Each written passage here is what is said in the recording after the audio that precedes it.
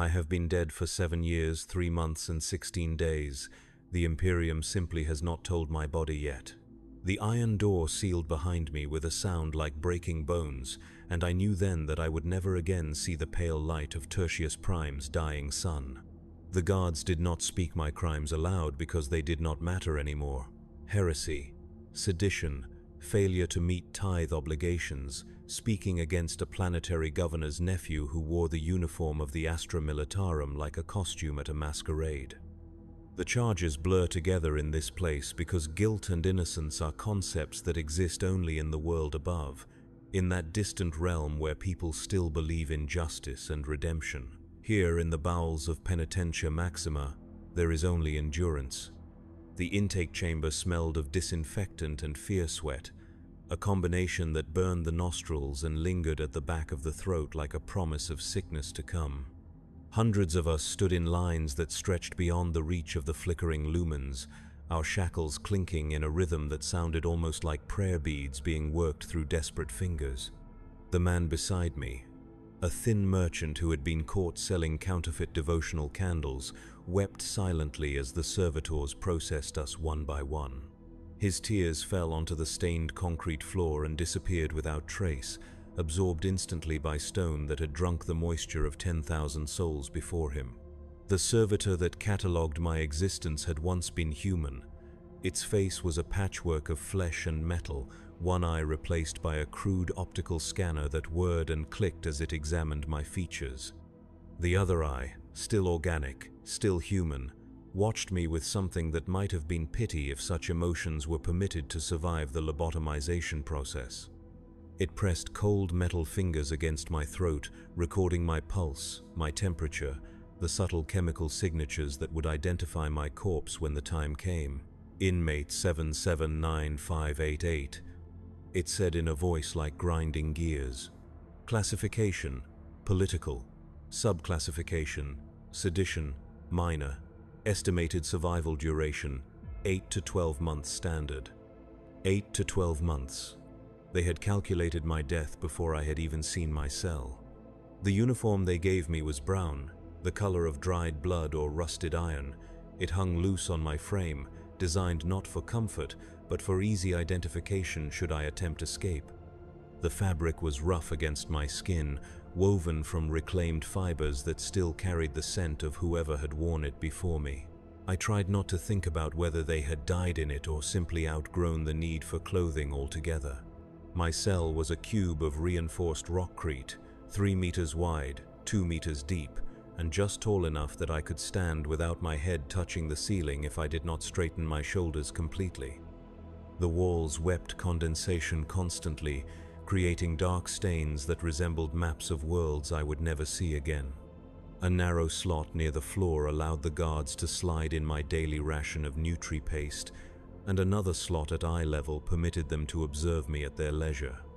There was no window, no source of natural light, only the harsh glare of a single lumen strip that never dimmed and never failed. The sleeping platform was a shelf of raw metal welded to the wall. No mattress, no pillow, no covering except the uniform on my back. The cold seeped through the fabric within minutes, settling into my bones like a parasite that fed on warmth and hope. I learned quickly that sleep was not rest in this place, but merely another form of survival, a temporary escape from consciousness that left me more exhausted than waking. The first night, I listened to the sounds of Penitentia Maxima learning to breathe around me. The walls carried voices from distant cells, fragments of prayers and curses and mad laughter that echoed through the ventilation shafts like the whispers of the damned. Someone was screaming 3 levels below, a raw sound that went on and on until it became part of the ambient noise, no more remarkable than the humming of the power generators or the skittering of rats in the walls. I counted the seconds between the guard patrols, memorizing their rhythm like a litany. Every 8 minutes and 43 seconds, the heavy tread of armored boots would pass my door, pause for exactly 7 seconds while they checked the observation slot, then continue down the corridor. The guards were not quite human anymore, their bodies augmented with crude bionics that allowed them to work longer shifts without rest. Their eyes had been replaced with sensors that could see in perfect darkness, and their voices carried the mechanical undertones of Voxcaster implants. They took pleasure in our misery, but it was a cold pleasure, surgical and efficient. They did not hate us personally because that would have required them to see us as individuals rather than resources to be managed until depletion. We were inventory, nothing more. Inventory with an unfortunate tendency towards spoilage. The morning brought the first meal, if the grey paste that slid through the food slot could be called by such a generous name. It tasted of nothing and everything, a carefully engineered blend of recycled protein and synthetic vitamins that would keep a human body functioning at minimal capacity for months or even years. I ate it with my fingers because no utensils were provided, licking the aluminum tray clean because I did not know when the next meal would come, or if it would come at all. Later, I learned that the paste contained more than nutrients. Mild sedatives to reduce aggression, mood stabilizers to prevent suicide attempts, and trace amounts of psychoactive compounds that made the mind more susceptible to suggestion and conditioning. The first few weeks of ingesting this chemical cocktail left me feeling disconnected from my own thoughts, as if I were watching someone else live my life through a sheet of dirty glass. The other inmates were shadows at first, glimpsed through the gaps in cell doors or heard as disembodied voices in the darkness. The man in the cell to my left had been there for 6 years. He had been a clerk in the Planetary Defense Force, convicted of falsifying requisition reports to feed his family during a famine. His name was Marcus, and he talked constantly to keep madness at bay, telling me about his wife and children who had probably forgotten his face by now. "The trick is to remember who you were," he would whisper through the thin wall between our cells. "Hold on to something, anything, from before. A smell, a song, the way sunlight looked through your window. The moment you let go of that, you become what they want you to become." The woman across the corridor screamed in her sleep every night for the first month I was there. Her dreams were full of fire and burning children, the memories of a planet that had died while she watched from an orbital transport. She had been a refugee administrator, charged with corruption because she had diverted supplies to save more lives than the official quotas allowed. Her crime was compassion, and her punishment was to relive the consequences of that compassion until she died. Labor began on my 5th day. They woke us before dawn, which meant nothing in a place where dawn was a concept from another life, and marched us through corridors that stretched beyond the horizon of our understanding. Penitentia Maxima was not merely a prison but an entire industrial complex built around the efficient extraction of labor from disposable human resources. The work was brutal, mindless, and designed to break both body and spirit through repetition and futility. My assignment was the Forge Works, a cavern of heat and smoke where we assembled components for weapons that would be used to conquer worlds we would never see. The temperature was maintained at just below the threshold of what human flesh could endure, hot enough to weaken us but not hot enough to kill us quickly. The air was thick with metal particles and chemical vapors that burned the lungs and left a taste like copper pennies on the tongue. We worked in teams of 12, our movements choreographed by the rhythm of the production line and the ever-present threat of the shock prods carried by our supervisors. The components we assembled were simple things: trigger mechanisms for las rifles, power coupling for vehicle engines, guidance chips for artillery shells. Each piece had to meet precise specifications, and failure to maintain quality standards resulted in immediate punishment. The punishments were creative in their cruelty. A worker whose hands shook too much from exhaustion might have those hands secured in metal braces that forced them to work in increasingly painful positions. Someone who fell behind the production pace would be fitted with stimulant injectors that kept them conscious and functional, even as their body began to shut down from fatigue. The supervisors took careful notes on which punishments were most effective at improving productivity, treating us as subjects in a grand experiment in human endurance. I learned to lose myself in the work, to let my mind drift away from my body while my hands continued their mechanical movements. This dissociation was survival, a way of preserving some small core of self while the prison consumed everything else. but it came at a cost. Days blurred together into an endless present tense, where past and future became abstract concepts. I began to forget the color of grass, the sound of rain, the feeling of wind that did not smell of industrial chemicals. The social dynamics of the prison were as complex as they were vicious. Alliances formed and dissolved based on the shifting currents of power and desperation. The strongest inmates, usually those with military backgrounds or criminal experience, established themselves as leaders of informal gangs that controlled the distribution of contraband and the assignment of cell blocks. They demanded tribute in the form of food rations, protection services, or sexual favors, and their enforcement methods were brutal and immediate. I aligned myself with a group led by a former sergeant named Kane, a man whose body was a catalogue of scars from a dozen different battlefields. He had been convicted of abandoning his post during a chaos cult uprising, though he claimed he had been saving civilians when his commanding officer branded him a coward.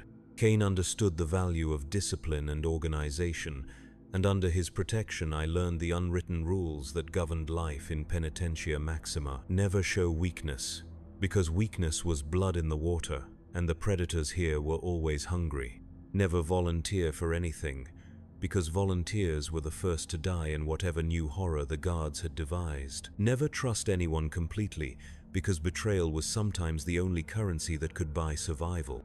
Never give up hope, because hope was the only thing that separated the living from the walking dead, even if that hope was nothing more than the possibility of dying quickly instead of slowly. The guards encouraged conflict between inmates because fighting prisoners were easier to control than organized ones. They would deliberately create situations where we were forced to compete for resources or privileges, then step back and watch us tear each other apart with the detached interest of scientists observing laboratory animals.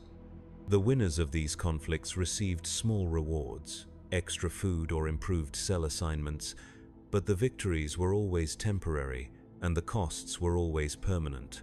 I killed my first man on a Tuesday, or what I had decided to call Tuesday in the timeless hell of our underground world. His name was Singh, and he had been a tax collector before his arrest for skimming from the imperial tithe. He was small and quick, with the cunning of a man who had spent his life finding ways to take what belonged to others. He had been stealing from my food rations for weeks, taking just enough that I would feel constantly hungry, but not so much that I would notice the theft immediately. When I finally caught him, he laughed and told me I was too weak to do anything about it. He was wrong. The beating I gave him was not passionate or angry, but methodical, calculated to inflict maximum damage while avoiding the attention of the guards. I used techniques I had learned watching other inmates settle their disputes, targeting joints and soft tissues where the evidence of violence would be less visible. When he stopped moving, I felt nothing except a mild satisfaction that the problem had been resolved. The guards found his body during the next cell inspection. They recorded his death as natural causes, heart failure brought on by poor nutrition and stress.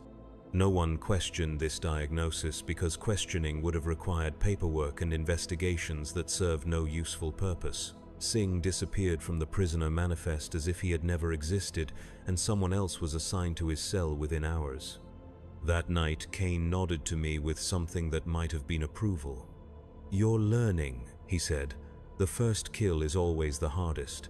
After that, it's just another skill, like welding or reading or any other thing you need to know to get by." He was right. The second death came easier, and the third easier still. By the end of my first year in Penitentia Maxima, I had stopped counting. Violence became just another aspect of daily routine, no more remarkable than eating or sleeping or working the production lines. The capacity for horror that had once defined the limits of my imagination expanded to accommodate realities I could never have conceived in my previous life. But the physical violence was only the most visible aspect of how the prison consumed us. The real destruction happened slowly, invisibly, in the gradual erosion of everything that made us human. They fed us just enough to keep us functional, but never enough to feel satisfied. They gave us just enough sleep to prevent total collapse, but never enough to feel rested. They provided just enough medical care to prevent epidemics, but never enough to eliminate suffering. The psychological warfare was more sophisticated. They would occasionally announce that certain prisoners were being considered for early release, creating desperate competitions, as inmates tried to prove their rehabilitation through increased productivity or voluntary cooperation with the guards. These announcements were always lies.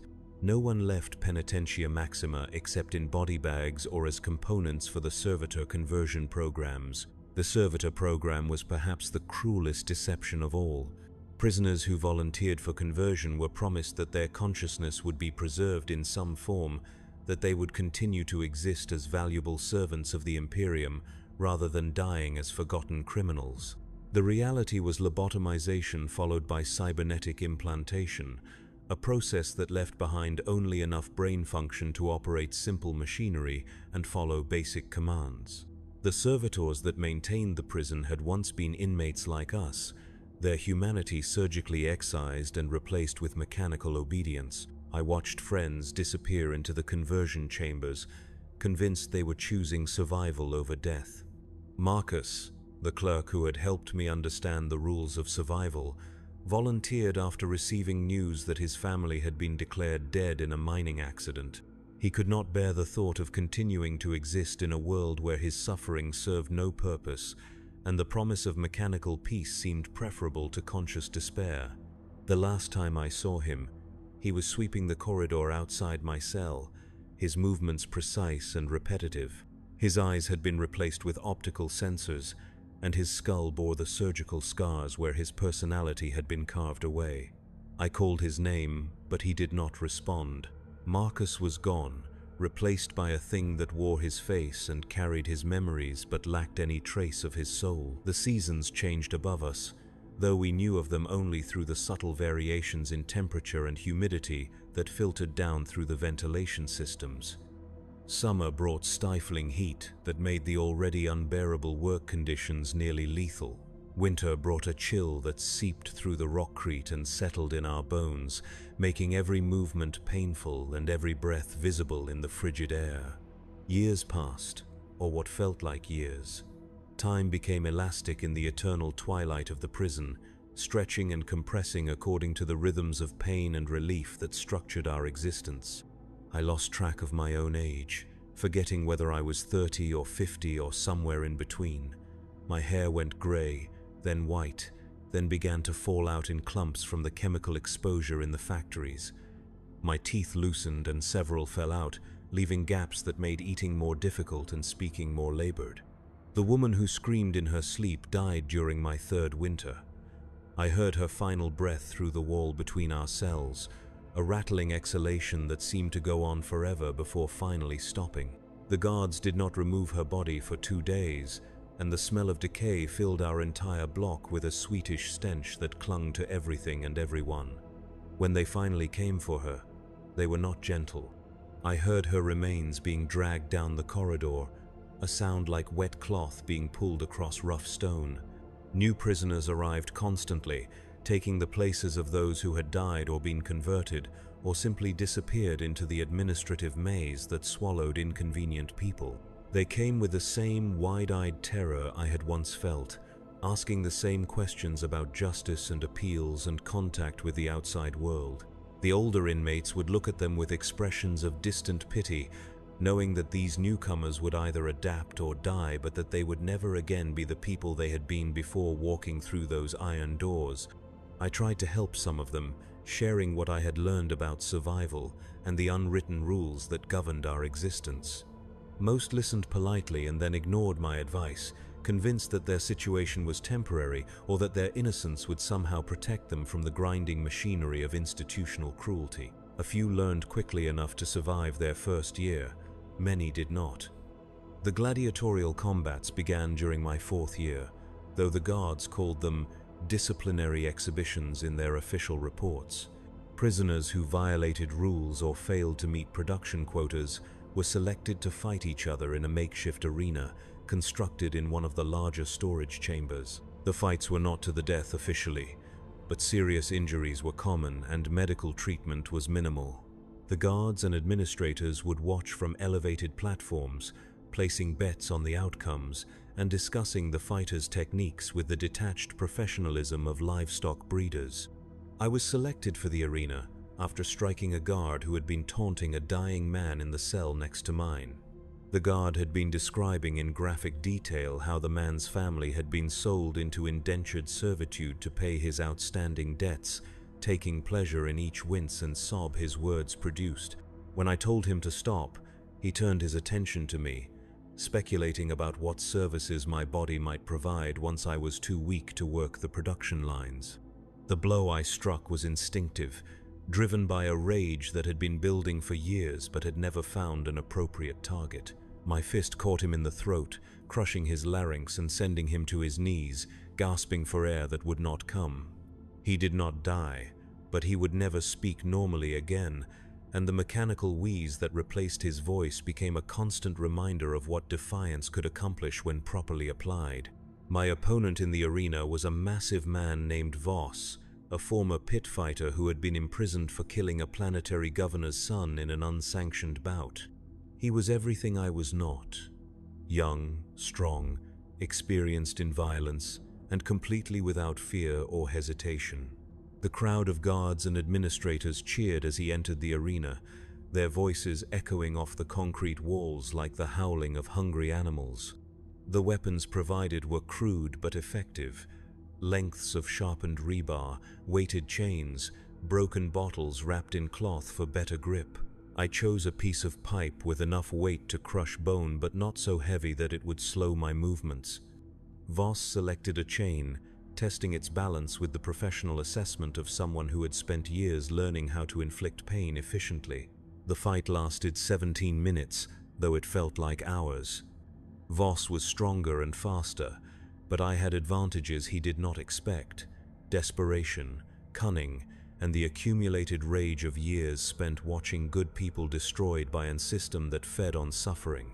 I avoided his direct attacks, using the arena's dimensions to stay mobile, looking for openings created by his confidence and aggression. When the opening came, I took it without hesitation. He overextended during a particularly vicious swing, and I stepped inside his guard, driving the pipe into his solar plexus with enough force to rupture internal organs. He folded around the impact, his breath coming in short gasps that sprayed blood onto the arena floor. I hit him again, this time across the base of his skull, and he fell forward into his own blood, twitching once before becoming still. The crowd cheered my victory, but their applause felt like condemnation. I had become exactly what they wanted me to become: a killer who performed violence for their entertainment, a broken thing that had forgotten the difference between survival and surrender. The guards returned me to my cell with expressions of satisfaction, as if I had passed some crucial test that proved their methods were working as intended. The victories that followed were easier, technically, but more difficult emotionally. Each opponent was another prisoner like myself, someone who had been shaped by the same forces and driven to the same desperate measures. I killed them efficiently, without passion or hatred, because efficiency was what the situation required, and because caring too much about the people I killed would have made survival impossible. Between fights, I worked the production lines and tried to remember who I had been before becoming a gladiator. The memories were fading, becoming abstract and uncertain, like stories someone had told me about people I had never met. Had I really been a teacher once, standing in front of classrooms full of children who looked at me with respect and affection? Had I really lived in a small house with a garden where I grew vegetables and flowers for no reason, except that I found beauty in growing things? The details blurred together until I could not be certain what was memory and what was imagination. Perhaps I had never been anything except what I was now: a prisoner, a killer, a thing that existed only to serve as an example of what happened to those who opposed the Imperium's will.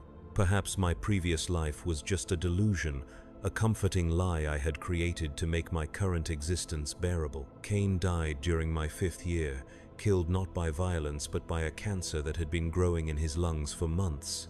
The chemicals in the air had finally accumulated to toxic levels, and his body simply stopped being able to process the poison. He faced death with the same steady pragmatism he had brought to everything else, giving me advice about leadership and survival until his voice became too weak to carry across the cell.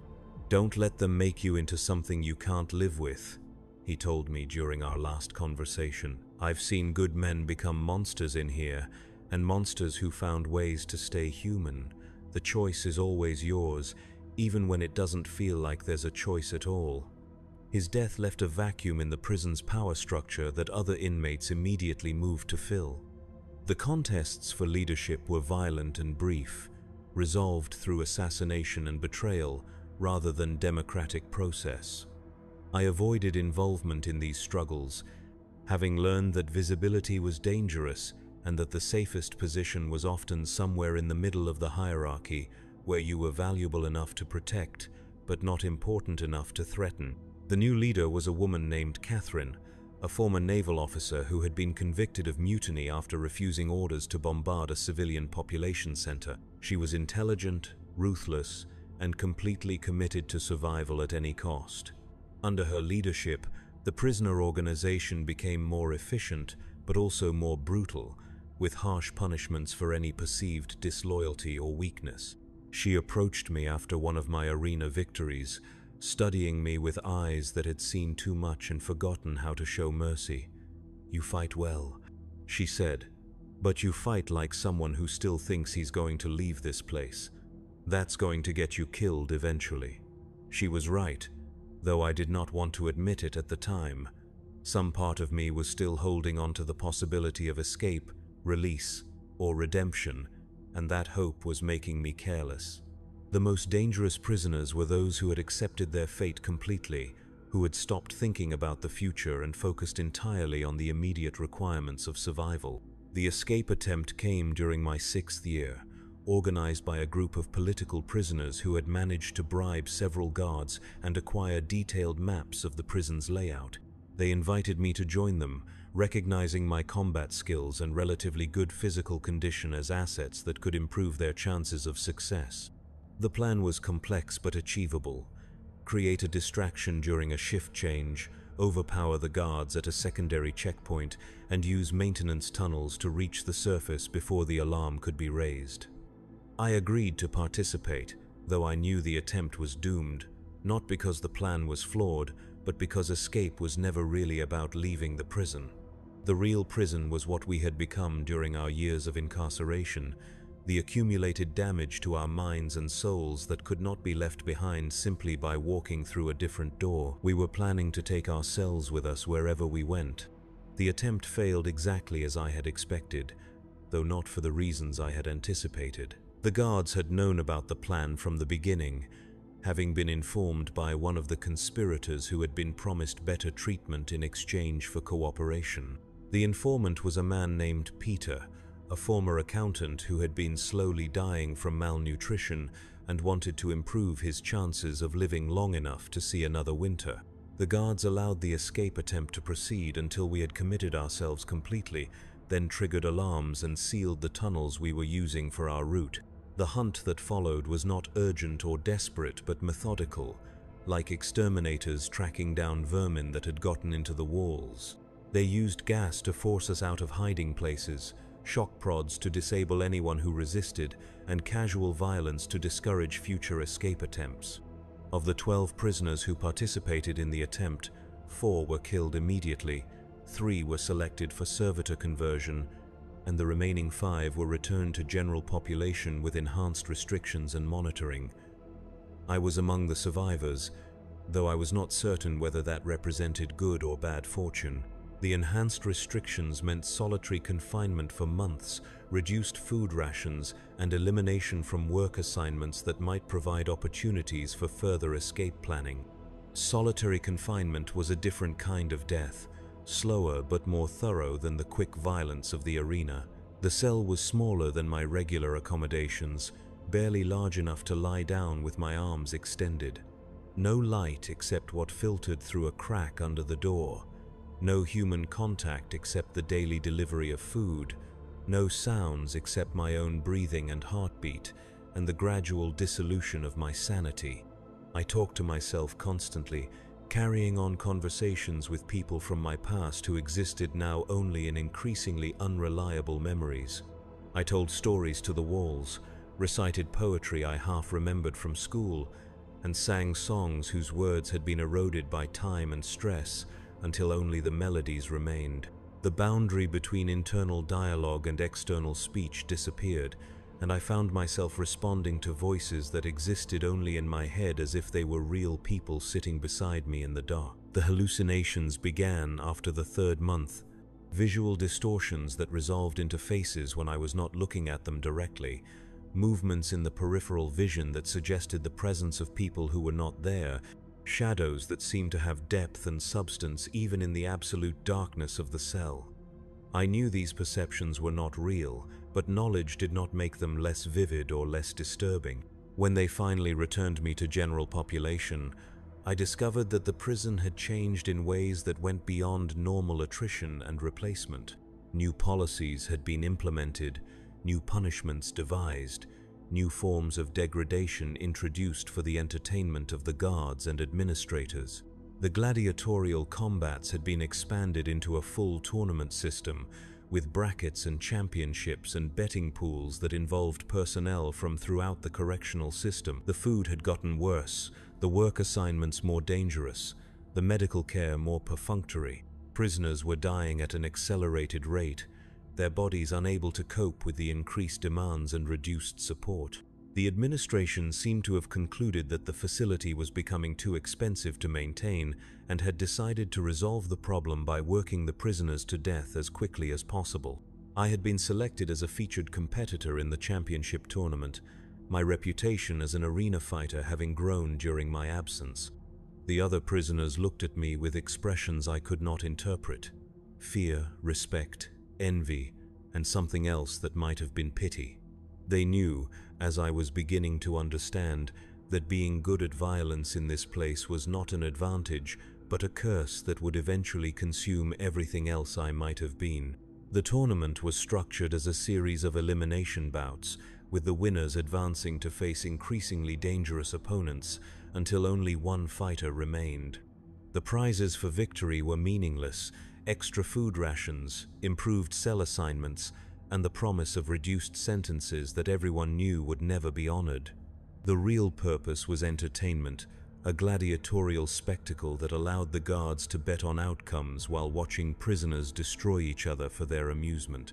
My first opponent was a young man named David, barely 20 years old, and convicted of draft evasion during a planetary defense mobilization. He had been in the prison for less than a year, and his body still showed signs of the life he had lived before his arrest.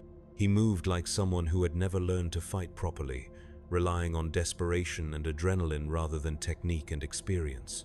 I killed him quickly, efficiently, and without pleasure.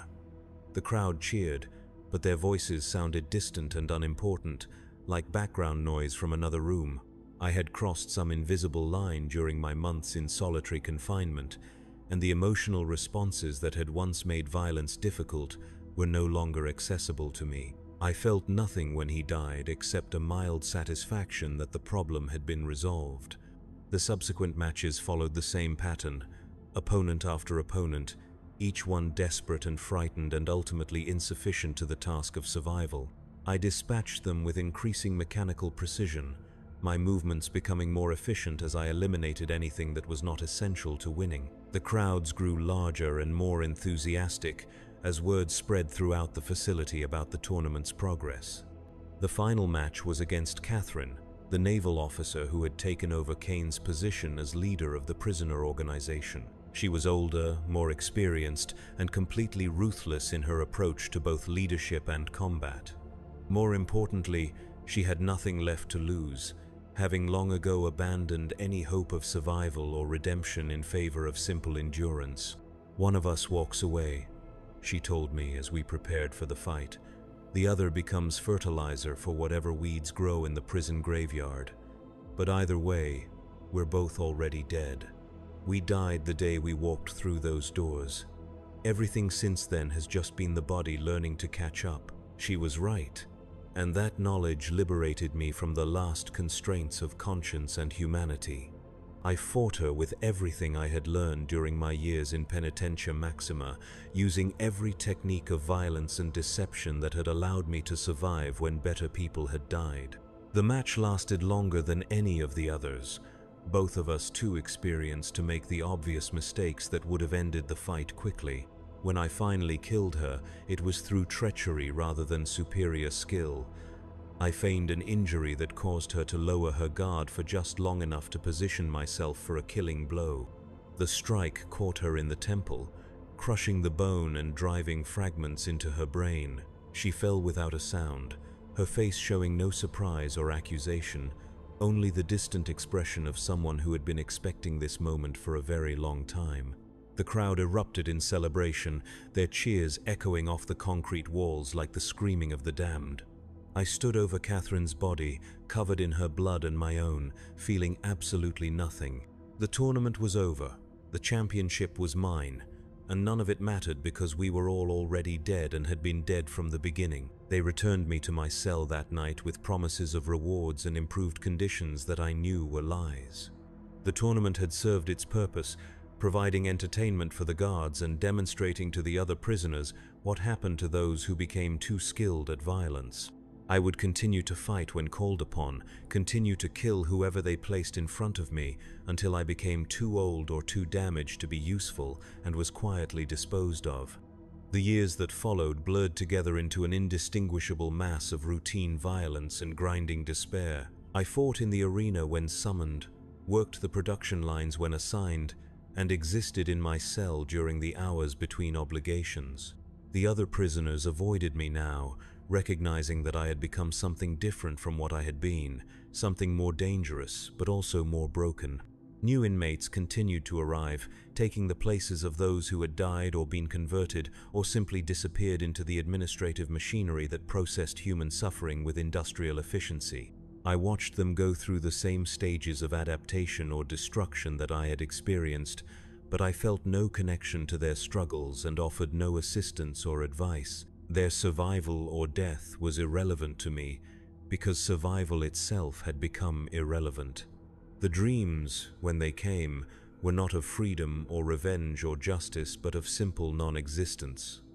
I dreamed of dissolving into the walls of my cell, becoming part of the stone and metal that contained us all.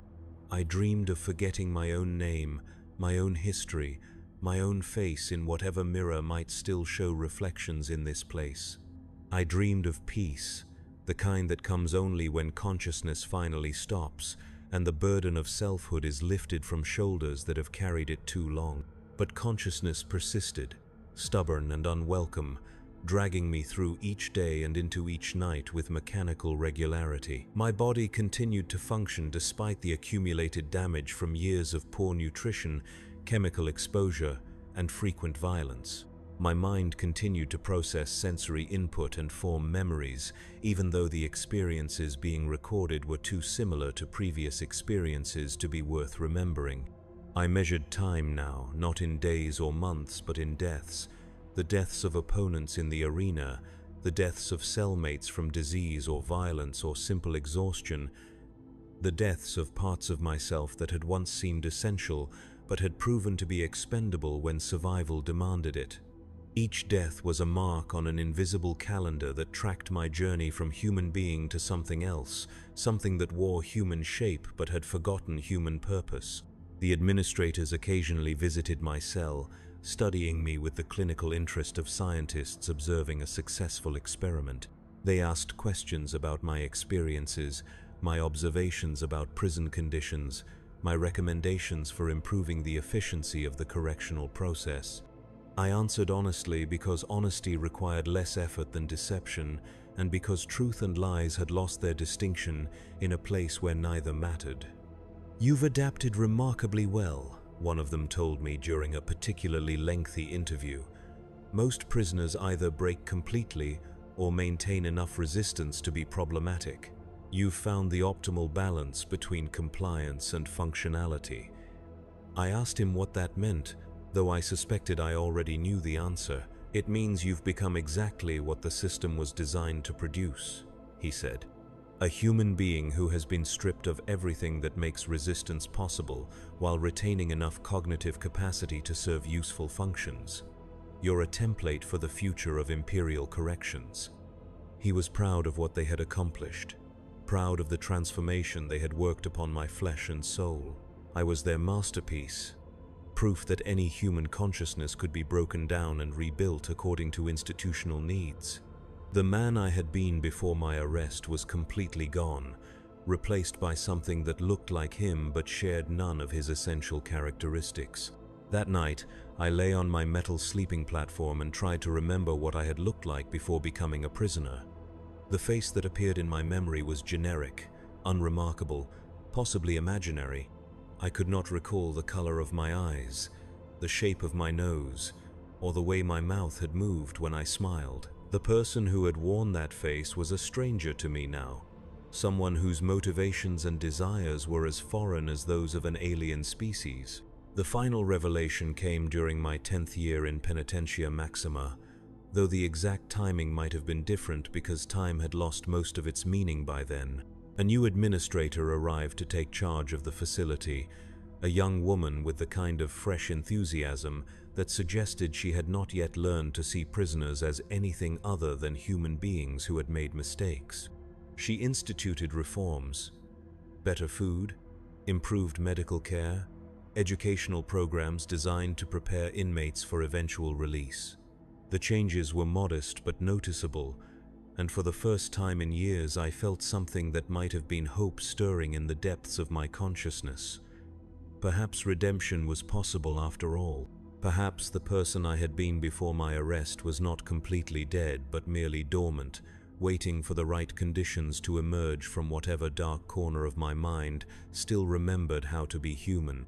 The new administrator, whose name was Elena Vasquez, requested individual meetings with long-term prisoners to assess their rehabilitation potential. When my turn came, I found myself sitting across from her in a small office that had been decorated with plants and pictures of worlds where sunlight still fell on green growing things. The normalcy of the setting was disorienting after years of concrete and metal, and I had difficulty focusing on her questions because I kept staring at a photograph of children playing in a park somewhere far from this place. "You've been here longer than almost anyone else," she said, consulting a file that contained the accumulated documentation of my decade in captivity. 10 years, 4 months, 17 days? That's an unusual length of service for someone with your original classification. Service. She called it service, as if my imprisonment had been a form of employment rather than punishment. I wondered if she truly believed that, or if she was simply using language that made her job more palatable. "What would you like to do if you were released?" she asked, her voice carrying a sincerity that seemed genuine but felt dangerous. Hope was a luxury I could not afford, a weakness that would make survival more difficult if her reforms proved temporary. I told her the truth, that I could not remember wanting anything beyond the basic requirements of continued existence: food, shelter, the absence of immediate pain or threat. The dreams and ambitions that had once motivated my actions were as foreign to me now as the desires of someone from another species. She made notes in my file, her expression showing concern that might have been professional or personal. "The human capacity for adaptation is remarkable," she said, "but it's not irreversible. With proper support and gradual reintegration, even severe psychological damage can be addressed." I wanted to tell her that she was wrong, that some transformations could not be undone once they had reached completion. The man she was trying to rehabilitate no longer existed except as a collection of memories and reflexes that had been repurposed to serve the needs of survival. But I said nothing because hope was precious to her, and destroying it would have served no useful purpose. The educational programs she implemented were voluntary, taught by prisoner volunteers who had managed to retain enough of their former knowledge to serve as instructors. I attended classes in basic literacy and arithmetic, not because I needed the skills, but because the routine provided structure that made the passage of time more bearable. The other students were mostly younger prisoners who had arrived recently enough to still believe in the possibility of eventual release. The instructor for my literacy class was a former librarian named Samuel, a thin man with gentle eyes who had been convicted of possessing banned books. He taught with quiet patience, never showing frustration when students struggled with concepts that had once been simple for them. His crime had been curiosity, the desire to read and understand texts that the authorities had deemed dangerous to public order. "Reading is remembering how to be human," he told us during one lesson, his voice barely above a whisper. "Every word you understand is a piece of yourself that the system hasn't managed to destroy yet." He was killed 3 weeks later during a fight in the dining hall, struck in the head with a metal tray by an inmate who wanted his extra food ration. The educational programs continued under new instructors, but something essential had been lost with Samuel's death. The replacement teachers taught the mechanics of literacy without understanding its deeper significance, turning education into just another form of labor rather than a pathway back to humanity. Administrator Vasquez lasted 8 months before being reassigned to duties that better matched her temperament and experience. The official reason given was budget constraints that required a more efficient management approach, but everyone understood the real explanation. Compassion was expensive, and the Imperium had limited resources to waste on the rehabilitation of people who would never again be useful citizens. Her replacement was Colonel Marcus Thorne, a former military police officer who had earned his reputation managing prisoner of war camps during the Third Tarsius campaign. He arrived with a mandate to reduce operational costs while maintaining productivity levels, and his methods reflected the straightforward brutality of someone who viewed prisoners as enemy combatants rather than citizens who had made mistakes. The reforms instituted by Administrator Vasquez were reversed within days of Thorne's arrival. Food rations returned to subsistence levels, medical care became purely emergency-focused, and the educational programs were eliminated entirely in favor of expanded work shifts. The gladiatorial tournaments were reinstated and expanded, with increased frequency and more elaborate prize structures designed to encourage maximum prisoner participation. "Rehabilitation is a luxury we cannot afford," Thorne announced during his first address to the prisoner population. "Your purpose here is not to become better people, but to serve the Imperium through productive labor until your sentences are completed or your usefulness expires. Those who accept this reality will find their remaining time here more tolerable than those who persist in unrealistic expectations." The return to the old system was swift and comprehensive, but something had changed during the brief period of reform that could not be entirely undone. Some prisoners had remembered what it felt like to be treated as human beings rather than resources, and that memory created a form of resistance that was more dangerous than any physical rebellion. They began to organize quietly, sharing information and resources in ways that suggested the possibility of coordinated action. I was approached by several groups seeking to recruit me for various schemes, some focused on escape and others on sabotage or protest. My reputation as an arena fighter made me valuable to anyone planning violent resistance, while my long tenure gave me insights into prison operations that could be useful for more subtle forms of opposition. I declined all invitations, recognizing that organized resistance would only provide the administration with excuses for harsher measures. The crackdown began 3 months after Thorne's arrival, triggered by the discovery of a smuggling network that had been moving contraband between cell blocks. The investigation that followed was thorough and brutal, involving interrogations, searches, and punishments that were designed to extract information while discouraging future conspiracies. Prisoners were turned against each other through promises of improved treatment or threats of enhanced punishment, creating an atmosphere of suspicion and betrayal that made any form of cooperation dangerous. I was questioned repeatedly about my knowledge of resistance activities, my relationships with other prisoners, and my willingness to serve as an informant in exchange for better conditions. The interrogations were conducted by specialist personnel who understood the psychology of long-term prisoners and knew which pressures would be most effective at breaking down whatever remained of our solidarity. "You're a survivor," the lead interrogator told me during our final session, You've lasted 10 years by adapting to changing conditions and avoiding unnecessary risks. Cooperation with our investigation would be consistent with that pattern of intelligent self-preservation. He was offering me a choice between collaboration and continued resistance, though both options led ultimately to the same destination. Collaborators were useful only as long as they provided valuable information, after which they became liabilities to be disposed of quietly. Resistors were simply disposed of more quickly and with less ceremony.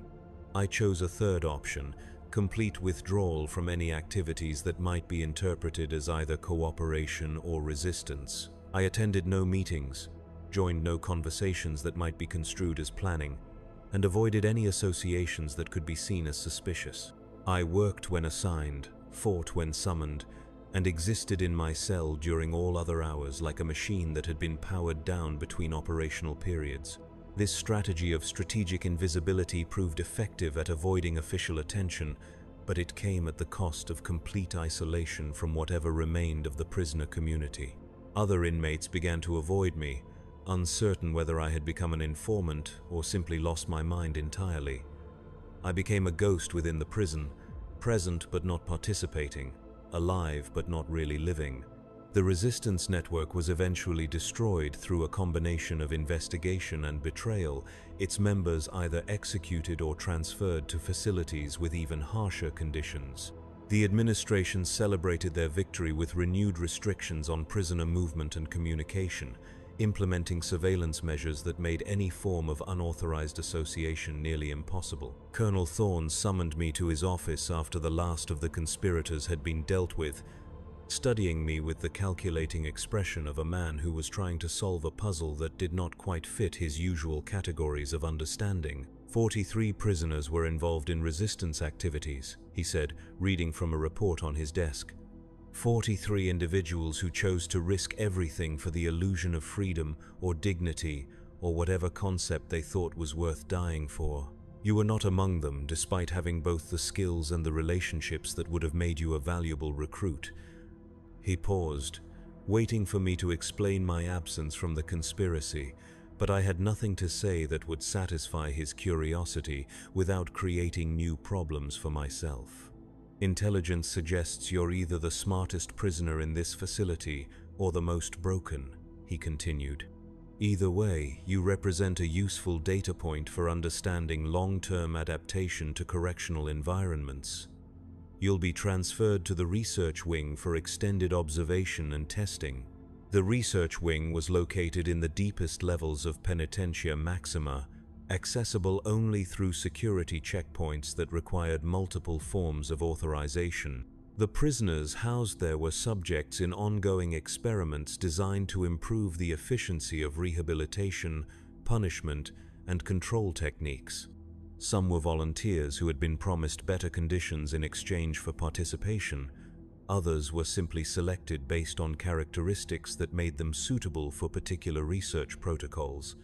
My new accommodations were an improvement over standard prison cells: larger space, better lighting, temperature control, and even a small window that showed a view of the underground caverns where waste processing and power generation equipment operated around the clock. The improvements were not gestures of kindness but practical necessities for maintaining research subjects in optimal condition over extended periods. The testing began immediately, conducted by teams of specialists who measured everything from reaction times and cognitive capacity to stress responses and pain tolerance. They were mapping the changes that 10 years of imprisonment had worked upon my mind and body, documenting the transformation from functional citizen to institutional artifact with scientific precision. The physical examinations revealed the accumulated damage of a decade spent in chemical-laden air, eating synthetic food, and enduring frequent violence. My lungs showed scarring from industrial pollutants, my bones had lost density from poor nutrition, and my nervous system displayed the kind of hypervigilance patterns typically found in combat veterans. I was a catalogue of institutional injuries, a living record of what prolonged exposure to correctional environments could accomplish. The psychological evaluations were more complex, involving tests designed to measure empathy, social connection, moral reasoning, and emotional responsiveness. The researchers seemed particularly interested in my capacity for violence and the psychological mechanisms that allowed me to kill other prisoners without apparent emotional distress. They administered scenarios and simulations that required me to make choices between self-preservation and the welfare of others, carefully recording my responses and the reasoning behind them.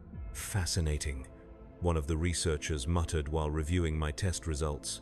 "Complete erosion of conventional moral constraints, but not through psychopathy or antisocial personality development. The inhibitions have simply been replaced by more practical considerations. Survival-focused ethics rather than socially focused ethics. They were studying me like a specimen, documenting the successful transformation of a human being into something more useful for institutional purposes. I had become proof that their methods worked, evidence that any individual could be broken down and reconstructed according to administrative needs if the process was applied with sufficient patience and expertise. The other research subjects were at various stages of the transformation I had completed. Some were recent arrivals who still retained enough of their original personalities to resist the testing protocols. Others were further along the continuum, displaying the kind of mechanical compliance that indicated successful institutional adaptation. A few had progressed beyond even my level of modification, becoming essentially biological machines that responded to stimuli without any trace of independent thought or feeling. Dr. Helena Cross, the lead researcher for my case, explained the purpose of their work during one of our regular interview sessions. She was a thin woman with prematurely gray hair and the kind of intense focus that suggested a personal investment in her research that went beyond professional obligation. "The traditional model of incarceration assumes that punishment and deprivation will motivate behavioral change," she said, reviewing notes from my latest round of testing. "But punishment is inefficient, requiring constant monitoring and enforcement. What we're developing here is a more elegant solution. Subjects who internalize institutional goals so completely that external control becomes unnecessary." She was describing the creation of perfect prisoners, individuals who had been psychologically modified to serve institutional purposes without requiring surveillance or coercion. The research conducted here would be applied to correctional facilities throughout the Imperium, creating a generation of inmates who police themselves and each other according to administrative preferences. "You represent our most successful case study," she continued. 10 years of systematic conditioning have produced an individual who functions optimally within institutional parameters while retaining enough cognitive capacity to perform complex tasks. You're a template for the future of imperial justice. I asked her what would happen when the research was completed and my usefulness as a test subject expired. "That depends on the results of our final evaluations," she said. "Subjects who demonstrate stable adaptation may be transferred to work programs where their skills can be utilized productively.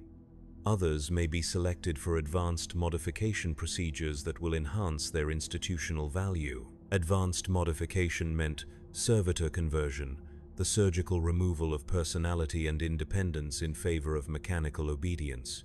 I was being offered a choice between slavery and lobotomization, though both options represented forms of death that differed only in their efficiency and finality. The research continued for months, each day bringing new tests and evaluations designed to probe the depths of my transformation. They measured my responses to moral dilemmas, social situations, and stress scenarios with the thoroughness of cartographers mapping unexplored territory. Every aspect of my psychology was documented, categorized, and analyzed for insights that could be applied to future subjects. The final phase of testing involved exposure to experimental conditioning techniques designed to enhance the modifications already achieved through conventional imprisonment.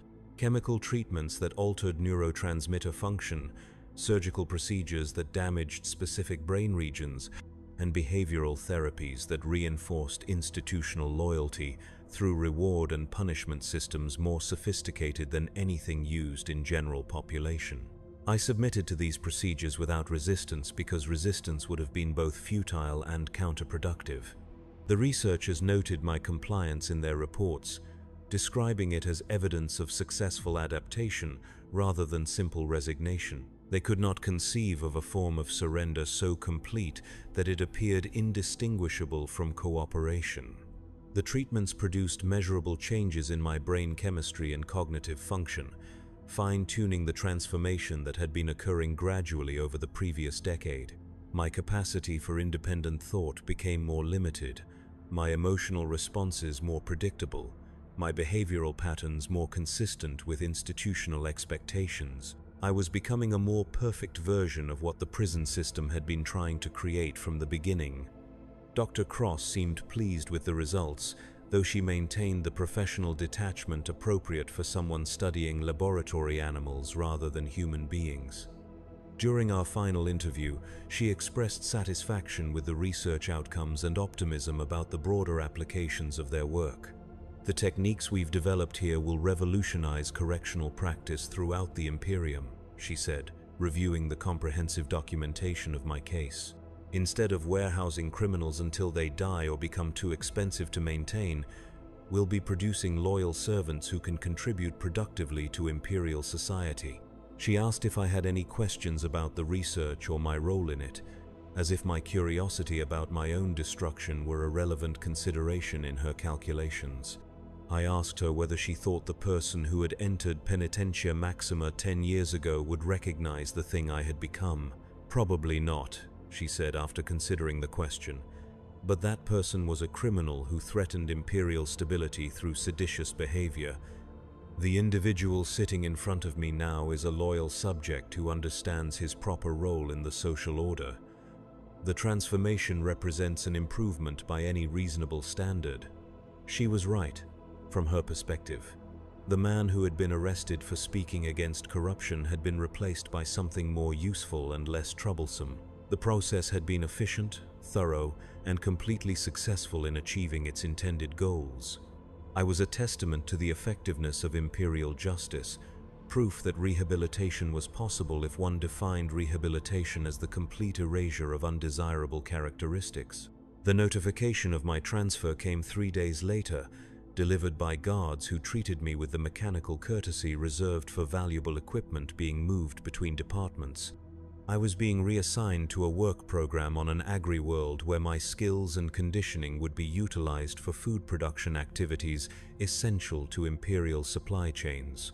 The transport ship was filled with other graduates of various correctional research programs, individuals who had been modified in different ways but shared the common characteristic of complete institutional compliance. We sat in silence during the journey, each of us lost in whatever remained of our individual consciousness, no longer capable of the kind of communication that might have provided comfort or companionship. The agri-world was called Demeter's Garden, a name that suggested abundance and natural beauty, but described a landscape that had been stripped of everything except its capacity to produce food for distant populations. The soil was exhausted from generations of intensive farming, the water was contaminated with agricultural chemicals, and the air carried the dusty smell of a world that had forgotten how to sustain life without constant artificial intervention. The work camps were scattered across the planetary surface, each one focused on a different aspect of food production: grain cultivation, protein synthesis, nutrient extraction from organic waste. The workers were a mixture of indentured servants, penal colonists, and research subjects like myself.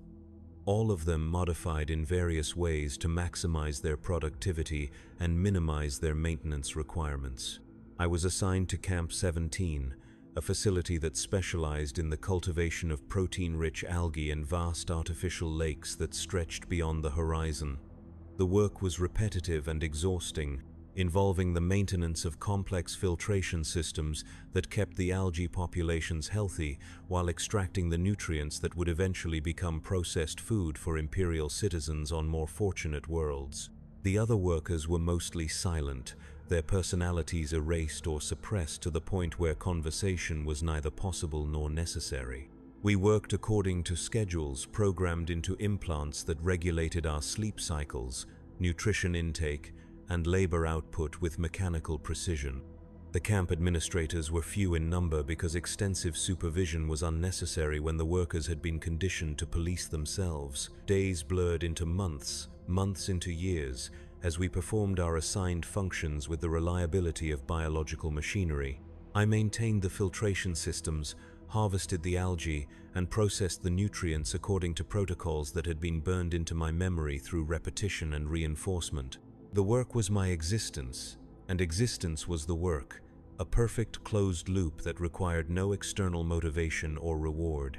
Sometimes, in the brief moments between sleep and waking, I would remember fragments of dreams that seemed to come from someone else's life.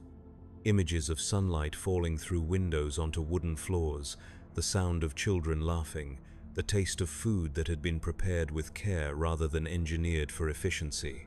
These memories felt like messages from a ghost, communications from someone who had died so long ago that even his name had been forgotten. But the dreams always faded, dissolved by the harsh light of morning and the immediate requirements of another day's labor. The person who had experienced those moments of joy and connection was as distant from my current reality as the Emperor himself, a figure from history whose existence could be acknowledged but not meaningfully comprehended. The years passed, marked only by the subtle changes in my aging body and the gradual deterioration of the equipment I maintained. My hair became completely white, my hands developed the tremor that came from decades of exposure to industrial chemicals, and my vision began to fail in ways that made detailed work increasingly difficult. I was becoming obsolete, a piece of biological machinery that was wearing out and would eventually need to be replaced. The end came not dramatically but with bureaucratic efficiency. A medical evaluation determined that my productivity had declined below acceptable thresholds, and the cost of maintaining me in working condition exceeded the value of my continued labor. I was scheduled for termination, a process that would be quick, painless, and economically optimal for the facility's operational requirements. They gave me 3 days to complete my final work assignments, ensuring that the transition to my replacement would be smooth and that no productivity would be lost during the changeover. I spent those days performing the same tasks I had performed for years, maintaining the same equipment, following the same protocols, as if nothing had changed except the arbitrary deadline that now defined the limits of my existence. On the final day, I was escorted to a processing facility where other obsolete workers waited for their turn at termination. We sat in rows like products on a conveyor belt, each of us tagged with identification numbers and processing codes that would ensure accurate record-keeping during our disposal. The room was quiet except for the soft humming of machinery and the occasional shuffle of feet as someone was called forward for processing. When my number was announced, I stood and walked to the designated station without hesitation or fear.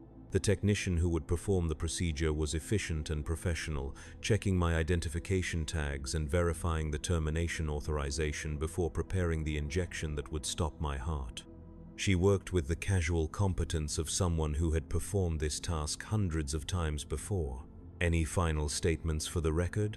she asked, more from habit than genuine interest in my response. I told her that I had been dead for 11 years, 7 months, and 22 days, and that I was grateful they were finally allowing my body to catch up with the rest of me. She noted my response in her logbook and administered the injection.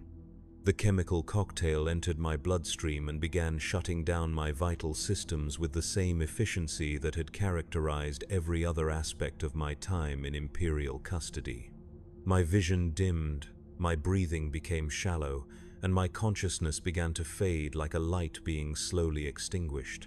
In those final moments, as my brain ceased its futile attempts to process sensory information, I experienced something that might have been peace.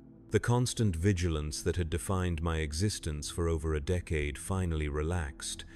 The endless calculation of survival strategies became irrelevant, and the crushing weight of institutional compliance lifted from shoulders that would soon be still forever. The last thought that crossed my dying mind was not regret or anger or fear, but a simple observation that the Imperium had achieved its goal with perfect efficiency. The man who had once believed in justice and spoken against corruption was completely gone, replaced by something that had served imperial interests faithfully until its usefulness expired. The system had worked exactly as designed, transforming a problem into a resource and then disposing of that resource when it was no longer needed. My death was recorded in the facility's operational logs as routine maintenance, no more significant than the replacement of a worn-out filter or the disposal of contaminated waste.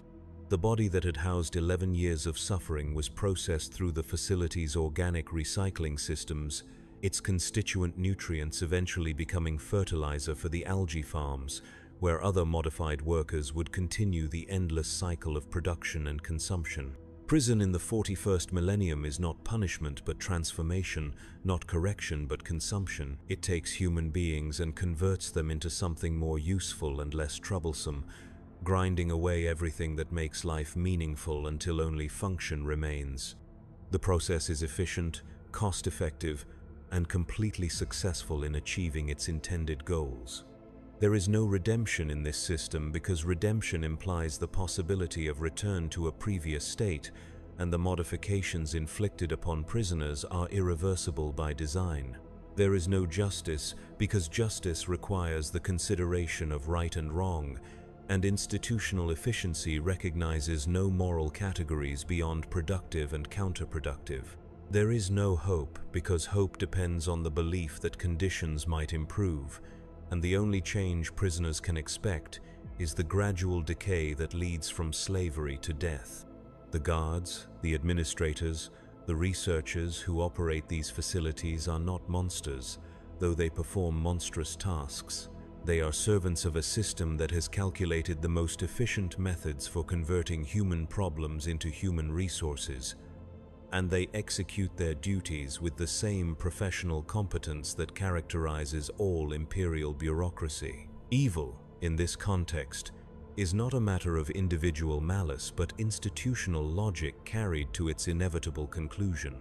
Those who enter imperial prisons leave behind everything that made them human except the basic biological functions that can be harnessed for productive labor. Their minds are stripped of independence, their bodies modified for optimal performance, and their spirits crushed so completely that the concept of resistance becomes literally unthinkable. They become perfect prisoners, completely compliant, totally predictable, and utterly disposable. This is the reality of justice in the Imperium of Man, a system that has abandoned the pretense of rehabilitation in favor of simple resource extraction. Prisoners are raw material to be processed, not citizens to be corrected, and their fate is determined not by the nature of their crimes, but by the efficiency requirements of institutional operation. The man I had been before my arrest would not recognize the thing I became, and perhaps that represents a form of mercy. The complete erasure of identity eliminates the suffering that would come from remembering what was lost. The perfect prisoner feels no grief for his destroyed humanity because he has forgotten that humanity ever existed. In the end, imperial justice achieves its goals with absolute efficiency, the elimination of threats to social stability through the complete transformation of threatening individuals into useful resources. The process is brutal but thorough, cost-effective but comprehensive, and it serves the Imperium's needs perfectly while destroying everything that might have made those needs questionable. This is what prison means in the 41st millennium, not a place of punishment or rehabilitation, but a factory that takes broken people and breaks them more thoroughly until they become exactly what the system needs them to be. And when they are no longer useful even in their broken state, they are discarded with the same efficiency that characterized their transformation. There is no escape from this system because it does not simply confine the body but reconstructs the mind. There is no resistance because resistance requires a sense of self that the process systematically destroys. There is no hope because hope depends on possibilities that the system is designed to eliminate. The only truth left at the end is the truth I discovered in my final moments: that death, when it finally comes, represents not defeat but completion. The system achieves its perfect victory not when prisoners are killed, but when they become so thoroughly modified that killing them is unnecessary. My death was simply the final step in a process that had been completed years earlier, the disposal of waste that had served its purpose.